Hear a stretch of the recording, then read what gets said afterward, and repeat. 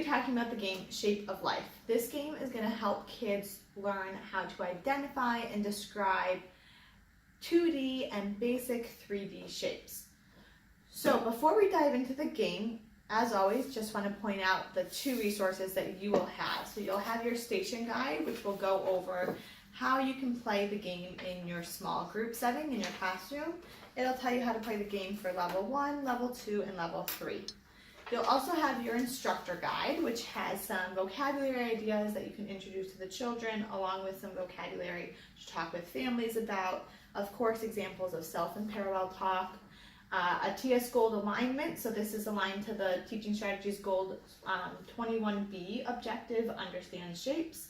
There's a book recommendation, and then some ideas for how you can continue to practice shapes in your classroom, and how families can continue to practice shapes at home, or if you're a home visitor, how you can do it at your home visits. These are always a resource to you, and so we hope that you find them useful. Before we start playing, we always want to let kids have that free time to explore. So this pamphlet, which is in every game, just as a little reminder to you that we always start with level 1, that we let our kids explore, that we talk to them as they are playing, using those tools of parallel and self-talk. And so this is just a little reminder to you. So make sure the kid has free time to just kind of explore. They might make different kinds of designs with their pattern blocks. They might build towers with their 3D shapes. Whatever they want to do, it's their time to just kind of lead that discovery. And us as adults are there to support it by providing language to what they're doing. So we can talk about I see you're stacking the red cylinder on top of the blue cube, and you're adding the yellow pyramid on top, and just providing that language. Once the child has had adequate time to explore, then we can dive into level 1.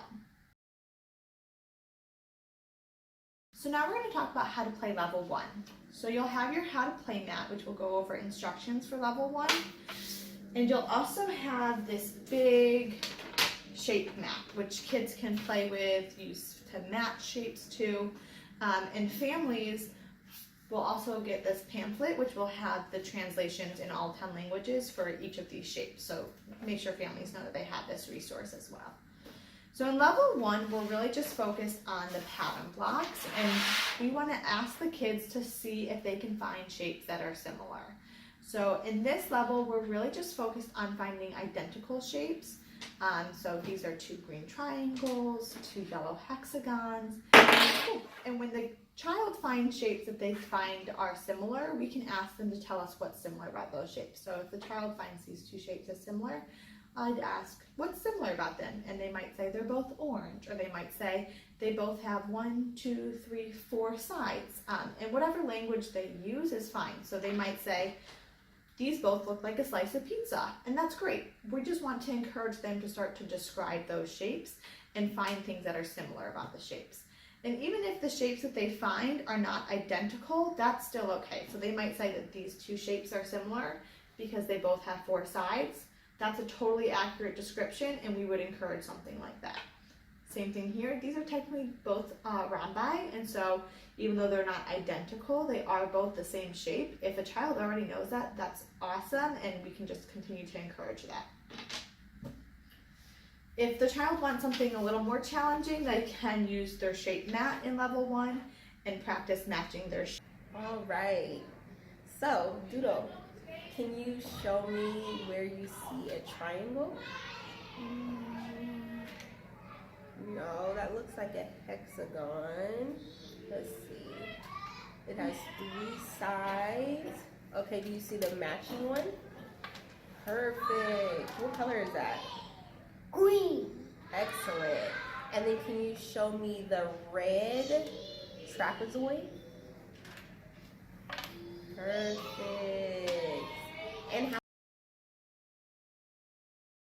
So now we're going to talk about how to play level 2. Again, you have your how to play mat, which will go over some instructions. But in this level, we're kind of pushing them to the child to start to recognize more 2D shapes, and also recognize 2D shapes even if they're not identical. So in that first level, we were just looking at shapes that were identical, And in this second level, we're looking at shapes that are the same, but maybe not identical. So you'll have your little punch-out shapes that you have. You'll also have these 2D shape cards in your classroom. We're providing these in a map format because we know that having a bunch of cards can get overwhelming. But the kids, when they take their game home, will have them in this card format. So basically what you'll do is you'll have the cards out and you'll just ask the child or children if they can match their punch-out shapes to the shaped cards, or if they can match shaped cards to one another. And you'll notice here that there's different representations of the shapes. So for example, we have 2 different types of triangles in the punch-out shapes and 3 different types of triangles in our everyday shape cards. And so they'll get to practice recognizing that 4 different kinds of triangles. So they'll get to practice recognizing what a triangle looks like, and they'll start to understand that a triangle has 3 sides. It doesn't really matter if it's an equilateral triangle or if it's a right angle triangle. We don't expect them to know those terms, but just that they'll start to see that each of these has 3 sides, and that's what it takes to be a triangle. So as they're matching their shapes, we can just ask them, what do you notice about the shape? Can you describe that shape to me? So for a triangle, again, they might say it has 3 sides, or this looks like a sign that I see when my mama drives me to the grocery store. Whatever language they want to use is great. Again, we're just encouraging them to start to try and use that language to describe shapes and to use the. This level actually works really well to kind of connect outside of the classroom or outside of just the game itself.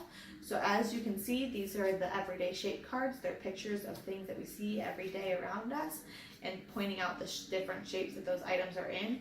So it's a great opportunity to ask the child, once they've kind of matched their triangles, can you find other triangles in the room, or have you seen other triangles someplace else? And help them to make those connections that math really is all around us. These shapes surround us every day, and they can find those. What's up? What does it look like? Kind of looks like a tortilla. Tortilla. It does. It's a circle, right? Yeah. Okay, do you see another circle anywhere on here? Even these. Do you see a circle over here? Yeah.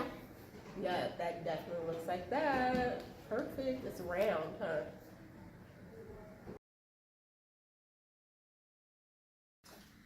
Okay, so now we're going to talk about how to play level 3. So in level 3, we are introducing even more 2D shapes, and we are also starting to introduce some 3D shapes.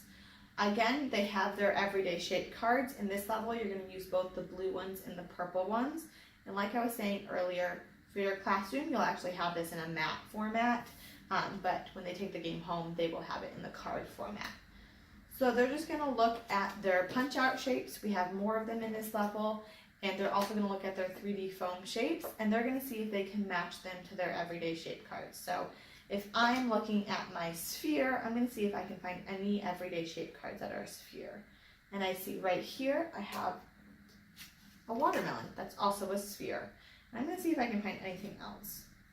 I also have a basketball. So I have 2 different spheres here, plus my 3D foam sphere.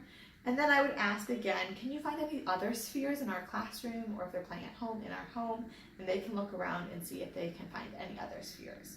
And you would just continue to play for as long as they would like to, looking at the different kinds of shapes and matching them to the everyday shape cards, and then looking around the environment to see if you can find more of those shapes. And again, another option, this is an option for every level, is that they can use that big shape map that they have and practice actually matching the shapes to the shape map. So that's just another option that we can always provide to them if they would prefer to do that. And now you'll have the chance to watch a family play. Okay, what is that? This? Yeah. A bat. Ooh, is it the same shape like you have in your hand? Yeah. What would we call that? Not A sphere? Not one, because they're not match. But it's not the same size, but it's the same shape, right? But it's not the same Size. size. Whoa, got